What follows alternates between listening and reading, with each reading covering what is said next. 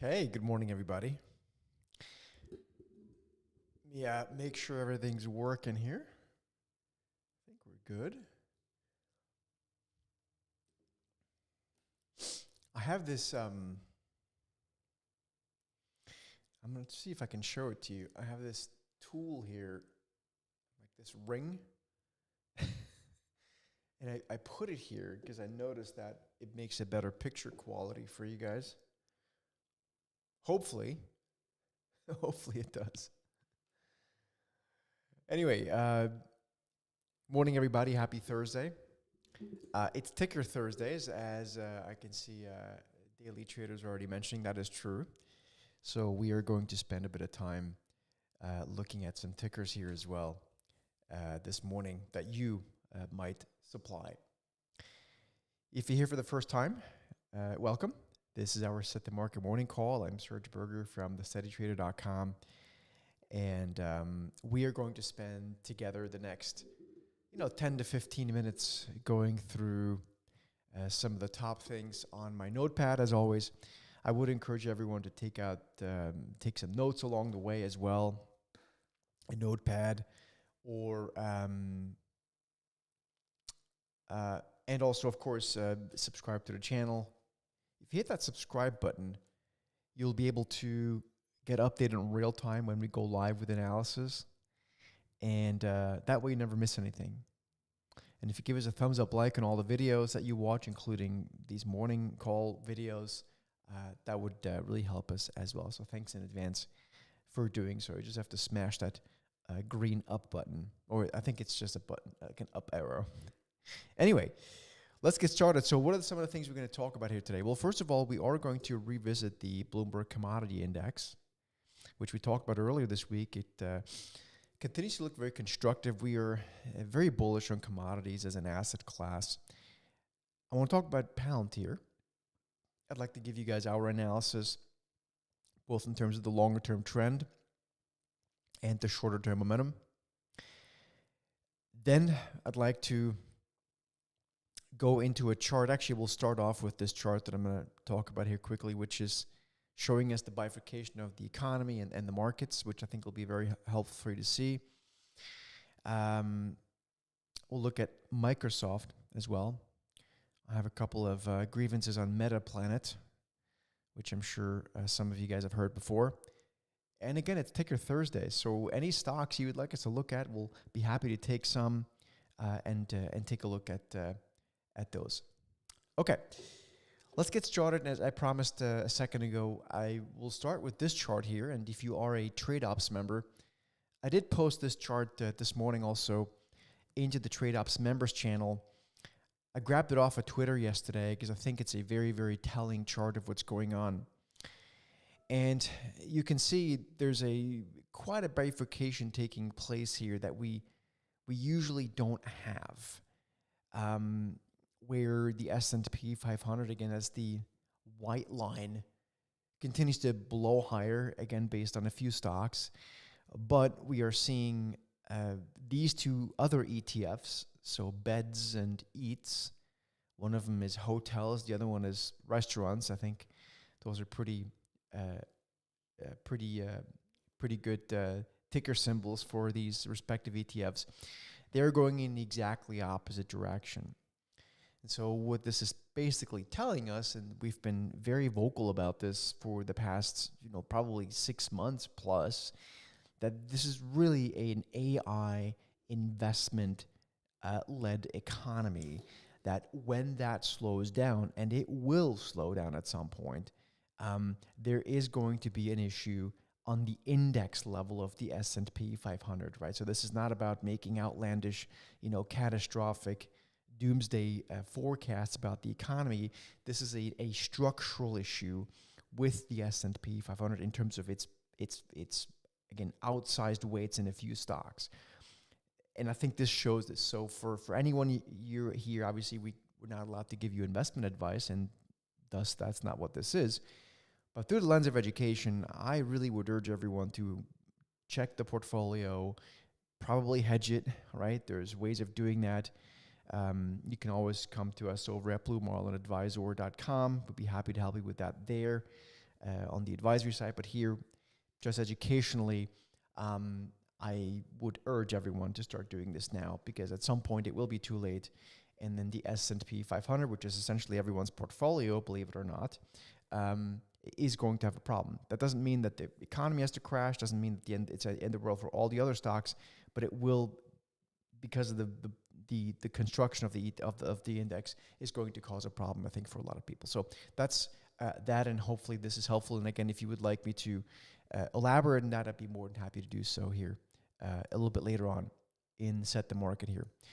Next chart, again, pointing out what I pointed out earlier this week, which is the Bloomberg Commodity Index. So if you have access to the Bloomberg indices, BCOM is the ticker symbol. The ETF that more or less tracks this is a DBC. I'm going to put that DBC into the chat box. If you go check the chat box here now on YouTube, you will see I typed in DBC. That would be the ticker symbol for the ETF that more or less, and it's definitely not perfect, but it more or less will track directionally where the Bloomberg Commodity Index is headed. So I think bullish. Doesn't have to be bullish immediately, but I think through the lens of multiple months and probably multiple quarters, and likely potentially I should say at least a number of years, the Bloomberg Commodity Index, or DBC as an ETF, would probably be something interesting from an investment perspective. I'm also watching this very closely from a momentum perspective. DBC, for those of you guys that are using the trend ruler or the trender indicator, you will see, I'm going to quickly type it into the trender indicator. You can see it's still choppy. We did receive a new momentum buy signal, but it's happening within still a basically capped range. So that's this. You can see we haven't really broken out of anything yet. But I think once that happens, we could start to see a lot more momentum taking place in the commodity space. So this is something that we really like here going into 2026, and I thought I would point this out. The other chart that I want to show you, and I also pointed out that one in our members area, in our what's called trade ops, buzz and banter. That's this chart here.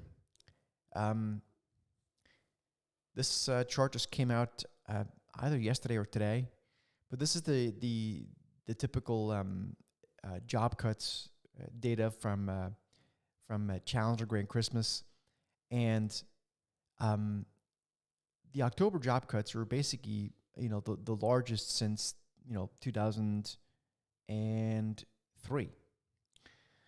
2003, if you do the math, is quite a long time ago, right? Again, it's important to understand this is not to say that the stock market has to collapse immediately, but it's something that I think it's hard to ignore that data. There's a lot of people who was looking at the comments that were being left on this chart when this chart was posted, and a lot of the comments were basically trying to rectify the data. When you look back and when everything changes, a lot of that stuff will be laughed at. There'll be people making videos about how people were trying to explain away the obvious. But until that happens, people will, be out there explaining away, why this is an anomaly.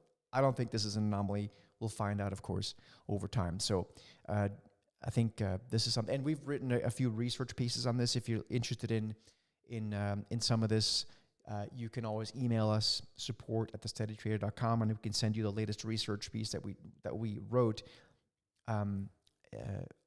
about job layoffs and how that's causing an issue, and where that might be interesting to allocate capital to sidestep that.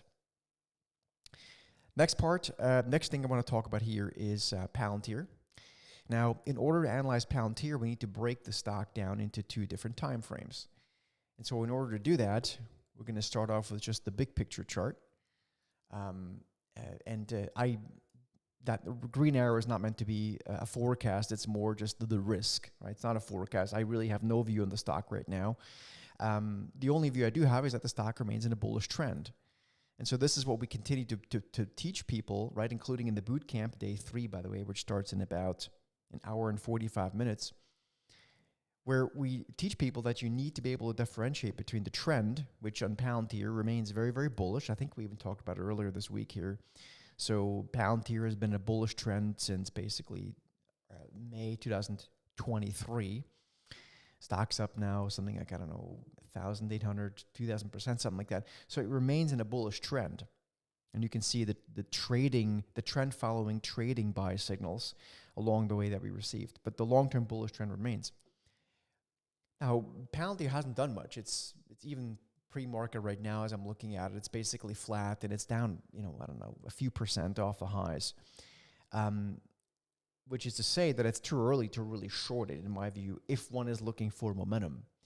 At some point, maybe that happens, but so far, if you look at our momentum indicator, this is the trender indicator, you can see we still are pushing the stock higher within the signal from the last up arrow, which took place on the 12th of September.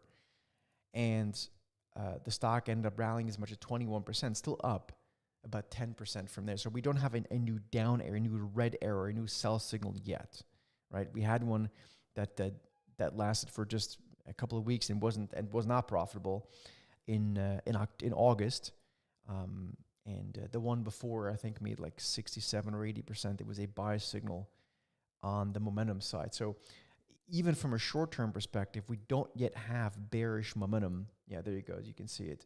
So 3 signals since April in Palantir, and basically the 2 bullish ones have worked. So we don't even have a bearish momentum signal yet. That's the long and short of it. So I'd be a bit careful here to get too bearish on it just yet. But when momentum changes, we will. I'll let you guys know here if you would like. Next one is Microsoft. What I'd like to point out here is less so sort of the trend and the momentum. I just thought I would point out something that stuck out to me, which looks like 2 bullhorns. I don't know if there's any Texans here, but what I see is this. Now, none of this means that the stock's about to fall apart and it's a horrible company. I always have to say this because people tend to take things out of context. And, indeed, the stock basically is stuck within a range, right? So until the stock breaks below, if and when 495 or so, I don't see a whole lot of reason to do a whole lot of conviction stuff. I do want to point out that so far, and this is just so far, there's a very, very, very obvious, like naked eye obvious double top that this stock has put in, okay? So just giving you some perspective that I think something that I would want to pay attention to. Next thing is, before we get to Ticker Thursdays, I want to talk about Meta Planet, okay? I don't know if you know what this thing is. The ticker symbol is actually MTPLF. So it's one of those beautiful five-letter symbols. This is one of those Bitcoin treasury companies. And I just want to point out, this was the hottest thing off the press back in the summer. I just would like to point out that off the highs, this thing is down 82%. Okay? Just keep in mind that if it wasn't for, again, a few stocks holding up the index, I'm talking about the index, this market would be way lower. And people are getting suckered into a lot of crap like this, right? I'm not even trying to be nasty about the company. It's just, this stuff there's a lot of fluff here, right? And so even if there isn't fluff, it's just not fun to buy something on hype and now be down 80%, right? So for me, from my perspective, I definitely would encourage people, not advice, just education here, to be hedging, to build a different portfolio than what you've had for the past decade or so. Again, we'd be happy to help you that over on Blue Marlin if you want to contact our team. But either way, in any way, just make a change, right? Educationally speaking here, don't know you guys, can't give you advice, but I would really, really seriously consider doing something, right? Which gets us to Ticker Thursdays. So if you guys have some stocks you want to look at, please let us know. Just type in the ticker symbol, and I'll be happy to look at it. In the meantime, let me just quickly go back and just elaborate a little bit on Microsoft, because what I'd like to show you here is kind of where that stock sits, both from a trending perspective, right? So the long-term trend, and where it is in the short term. So from a momentum perspective. So if you look at the stock from a trend following perspective, right, so the longer term trend, you will notice that the stock finally went into a bullish trend in July. This is the long term stuff. And it's still up a little bit, but it hasn't really gone anywhere, right? So it's the right call. It was a bullish trend. It went up. But it hasn't, again, this is long term. This is multi-quarter kind of trends. So it hasn't gone anywhere. In fact, it's put in this double top. In the short term, though,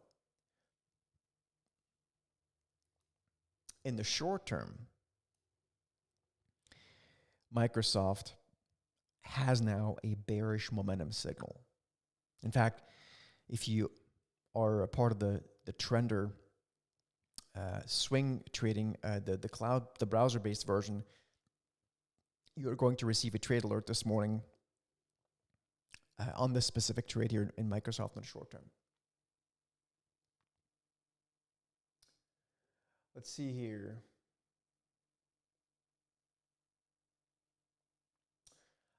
Jeff is saying ISRG. So let's have a look at ISRG.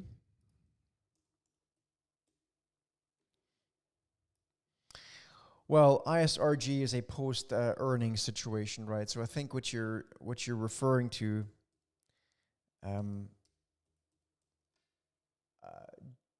Jeff was it Jeff? Yeah, Jeff. You're referring to ISRG because of the post-earnings move. I personally, so you're looking at the Vertical X Pro. This is probably not a stock I would do something on, to be honest with you, because first of all, since it got overbought, then it's been the correct signal by our extremely overbought, extremely oversold signal indicator, which is the Vertical X Pro here. It's now already been a number of days. This is not the kind of stock I'd do something on right now. I think there's an equal chance that this stock either goes higher again or then lower. All it had was an up gap after earnings, and it's gone absolutely nowhere since. And I think that trade is getting a bit long in the tooth. So I'd wait for this stock to do something, break out of this range, either higher or lower. At this point, I personally wouldn't be doing a whole lot on this for me personally. Uber, yep, Uber's a good one. Let's have a look at Uber. In fact, we put on a trade yesterday on Uber, a bit more on the bullish side. So the reason for that is this. So Uber, from a trend following perspective, so the longer term time frames, the stock remains in a bullish trend, right? And you can see it's been in that bullish trend from our trend following work since early May. We'll see where it goes, but it's a little bit of in no man's land. But we decided to put on a bullish a trade on this one just to kind of balance out the book a little bit. But as you can see, it's kind of it's in a bullish trend, so the green background color. But it is also in a situation where it's basically stuck in a range, right? So that would be, if you were to kind of draw a little range, this is your range. And so it's what we refer to as the chop zone, right? Sideways range. So again, I personally probably wouldn't do a heck of a lot here in this one. I don't really have any thoughts on tariffs and SCOTUS, to be honest with you. I think right now, to me, I think we're going to have, the market is probably less driven by those things. Right now, I think the market is more driven now by year-end liquidity. And if there's any headline, any hiccup at all in this AI trade, which is priced to perfection in my humble view, then the indices are going to do the exact opposite of what people believe they're going to do. Of course, what people believe is they're going to have a year-end rally. We've already had a year-end rally, by the way, just so you know. It's just that the year isn't over yet. We've already had a really nice rally in October. But I think the market's now less sensitive to that stuff. Van den Waals, interesting name. But I think the tariff and SCOTUS stuff is becoming less important right now for the market. Right, I'm not saying that's not important. I think the market's focus is elsewhere. It's on liquidity right now into year end. And then also we had Benito wanted to look at AMPH.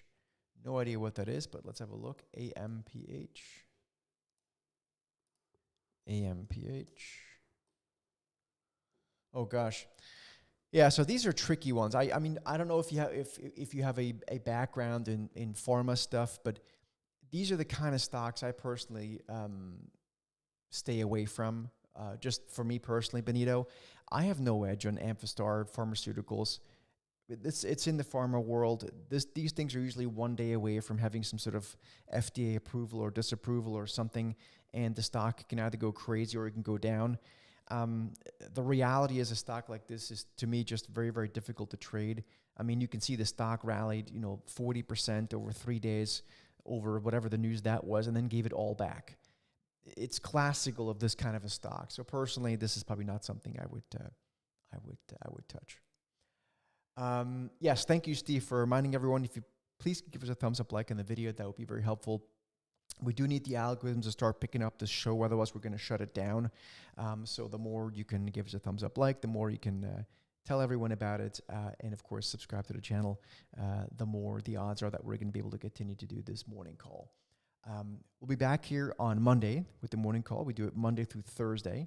So again, hopefully this was helpful this morning. We went through a lot of stuff this morning. We went through Ticker Thursdays, of course. We went through the Microsoft chart, the commodities chart. Again, Microsoft, there's a potential of a double top. I just thought I would point that out. We looked at Uber. We looked at Metaplanet. We looked at the S&P's divergence between hotel and restaurant stocks. Palantir we looked at. A lot of stuff. So hopefully this was helpful. If you are part of our boot camp, we're going to see you in day 3 today at 11 o'clock Eastern. So that's 8 o'clock Pacific time. And for the rest of you, maybe you're part of Trade Ops. We'll see you in there. And the latest back here Monday morning on Set the Market. So thanks for being here. Thumbs up, like, subscribe to the channel. We'll see you guys on Monday.